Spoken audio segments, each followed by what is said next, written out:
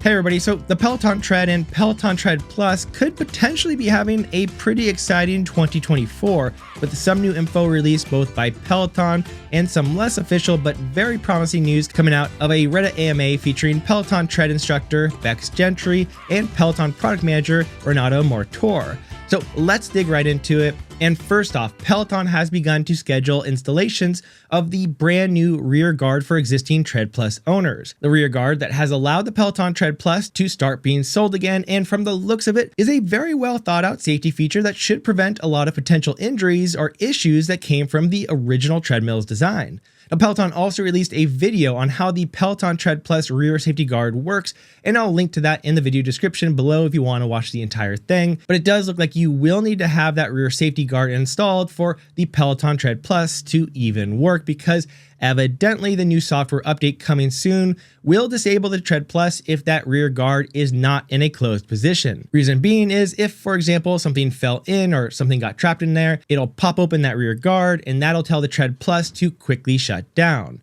And let me know what you think about this design of the rear guard in the comments, but for me, I think it seems like a pretty solid solution, though it is a bit of a bummer it took so long to finally get here. However, with safety testing and production and everything, it obviously wasn't going to be a quick fix, and I'm just happy to see that the Tread Plus, which so many people are huge fans of, become available again. In addition to the rear guard, there does seem to be a new power cord set up in the Tread Plus, but besides that, I think it's pretty much the same as what it was previously, though the price has gone up pretty significantly, now being just under $6,000. Though as expensive as that is, and I know almost nobody will agree with me on this, I actually think it's a much more reasonable price than the regular Peloton Tread, given that it's an extremely nice motorized cushion slat belt treadmill, which is just a very expensive purchase in general, no matter who you get it from. And in fact, the Peloton Tread Plus is actually a lot cheaper than many comparable devices that are being sold for well over $6,000. Now, that was the official news and update from Peloton, but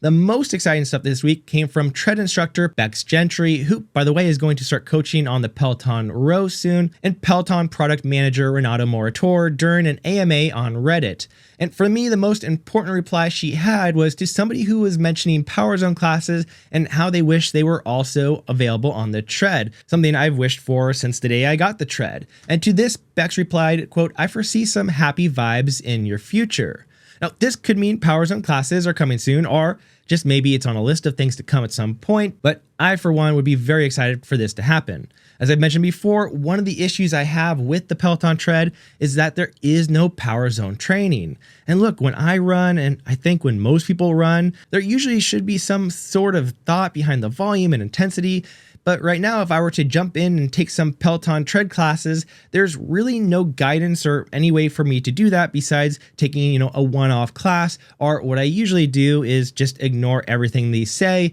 and do my own Power Zone type workout on top of it. So having this, at least for me, would definitely make the Peloton Tread a lot more valuable. And with Peloton's recent update the other week, adding auto power adjustments for Power Zone classes to the Peloton Bike Plus, and we're starting to see occasionally longer bike rides and tread runs, I think Peloton is finally catering at least a little bit to the people who enjoy that more focused endurance training. And I really do hope to see these Power Zone classes make their way over to the Tread, because I think it would create a lot more interest in the Tread for a select group of people, as well as people with other treadmills who might want to take those Power Zone classes now that the Peloton app can also connect to other treadmills. Now, going back to the AMA, another person asked whether free mode would be coming back to the Tread Plus. And free mode is a feature that is exclusive to the Tread Plus and allows you to move the belt without the motor, which makes it significantly harder, and it's sort of an interesting way to mix things up. And Renato answered, quote, "We're planning to bring free mode back to select classes early this year." So very nice to hear that for those of you who still have the Tread Plus